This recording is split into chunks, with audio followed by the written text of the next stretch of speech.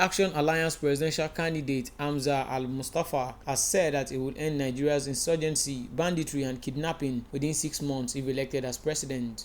In a statement made available to Flip TV by the party, the AA flag bearer promised to adhere to peace accord agreement during and after the election next year. Al-Mustapha, while laying out a strategy to tackle insecurity if elected, said, "I will end Nigeria's insurgency, banditry and kidnapping within 6 months." During the signing of the peace accord, the presidential candidate of the African Union Congress, Mr. Omoyele Sowore, blamed Al-Mustapha for his role during his time as the chief security advisor to the former military ruler General Sani Abacha.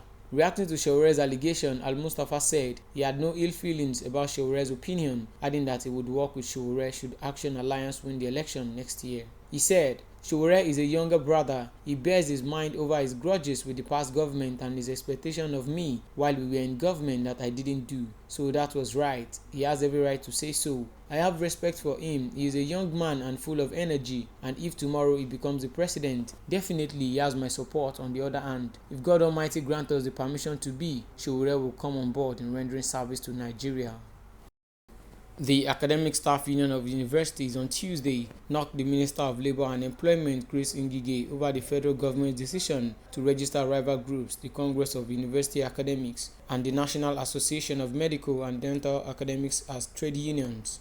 Flip TV reports that Ngige presented certificates of registration to KONUA and NAMDA in Abuja. The minister said the two trade unions would exist side by side with ASU. KONUA is led by its national coordinator, Niyi Sumonu, a lecturer at the Obafemi Awolowo University, Ile-Ife. The presentation of the certificate came amidst the lingering strike by ASU, which had led to a closure of federal and state universities in the country.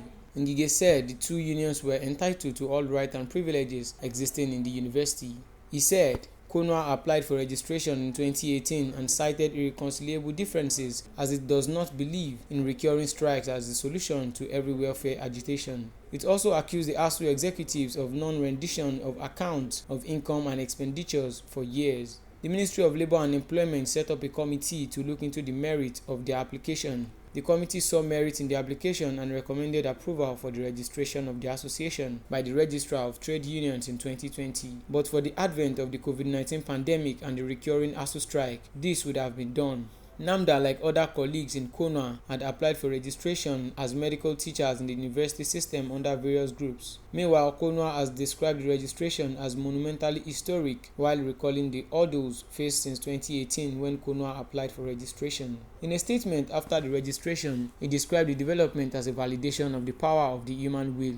The statement reads in part, "We regard the registration of KONUA as a sacred trust and pledge to reciprocate by devoting ourselves unceasingly to the university education in this country. We will make the details of our programs available to the public in due course. For now, we are giving the assurance that we would work to ensure that the nation is not traumatized again by academic union dislocations in the country's public universities." The president of NAMDA, Nosa Oruei, urged ASU to call off its ongoing strike, noting that the president, Major General Muhammadu Buhari, retired, had pledged to resolve all outstanding issues.